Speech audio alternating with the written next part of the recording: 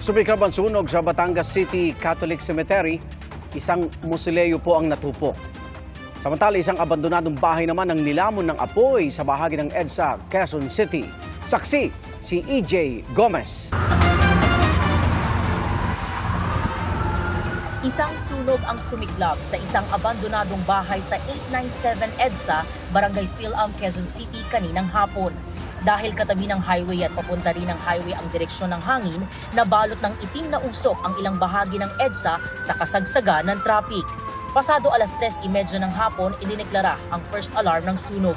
Tumagal ng hindi hihigit sa isang oras, dineklarang fire out ganap na 4:07 ng hapon.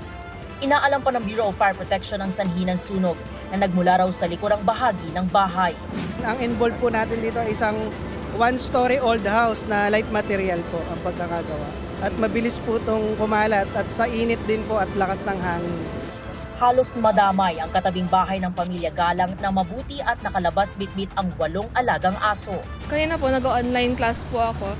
Tapos, nung sumigaw po yung yaya ko. Tapos, chinek ko po yung bintana ko.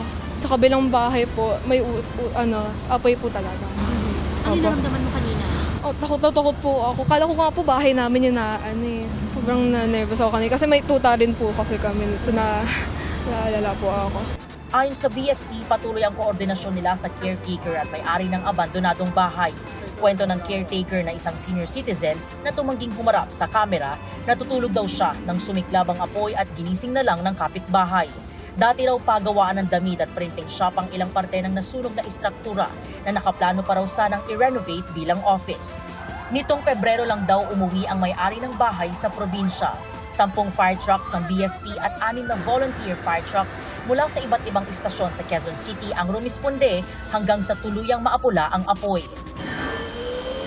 Nagkasunog din sa Barangay Sirang Lupa sa Batangas City. Walang patid ang pagbomba ng tubig sa umuusok pang mga gamit.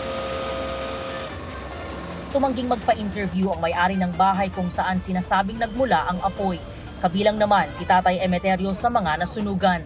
Wala akong kahit masakit, masama ang sa loob ko walang magagawa at sunog yan. Kaya mahalaga ako ligtas.